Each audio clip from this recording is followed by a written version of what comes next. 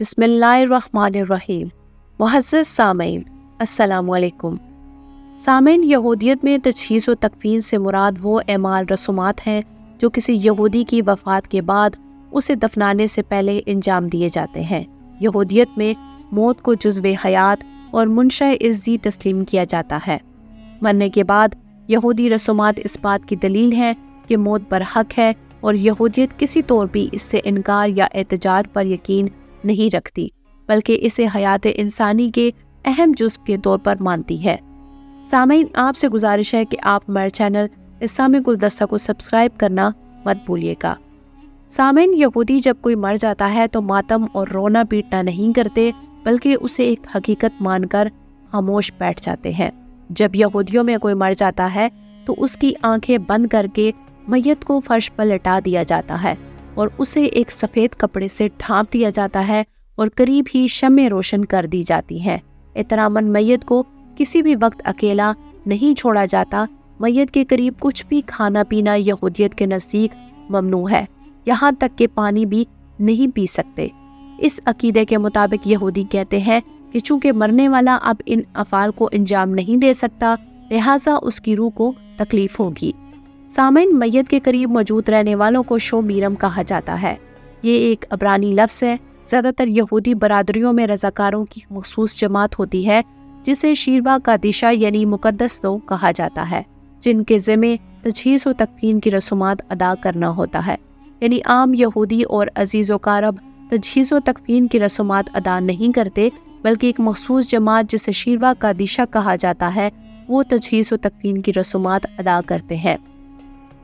میت کو غسل دینا اور کفن دینا اور اسے یہودی روایات کے مطابق تدفین کے لیے تیار کرنا ان لوگوں کے ذمہ ہوتا ہے، اور ان افراد کو انتہائی قدر و احترام کی نگاہ سے دیکھا جاتا ہے، کیونکہ وہ ایسے لوگوں کی خدمات انجام دیتے ہیں جو ان کو بدلے میں کچھ بھی نہیں دے سکتے۔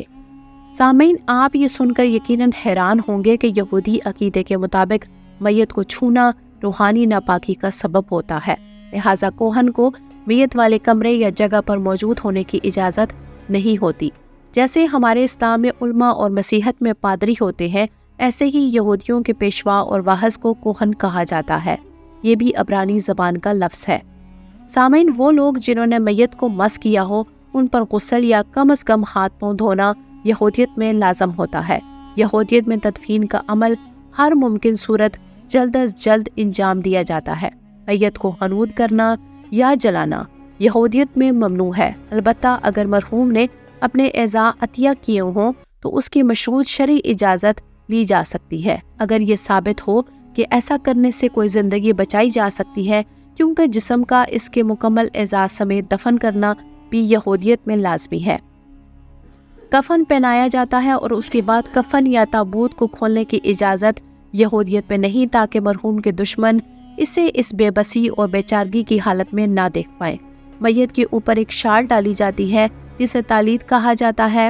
سامعین، یہودی اکثریت والے ملک اسرائیل میں تابوت استعمال کرنے کا رواج اب نہیں، اور اگر کسی وجہ سے تابوت استعمال کیا جائے تو اس میں سوراخ رکھے جاتے ہیں تاکہ حاکے ارض سے میت کا تعلق برقرار رہے۔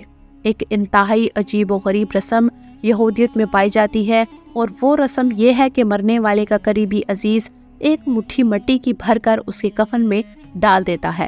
زیادہ تر اگر باپ ہے تو بیٹا، اور بیٹا ہے تو باپ یا سگا بھائی ایک مشت مٹی اس کے کفن میں ڈال دے گا۔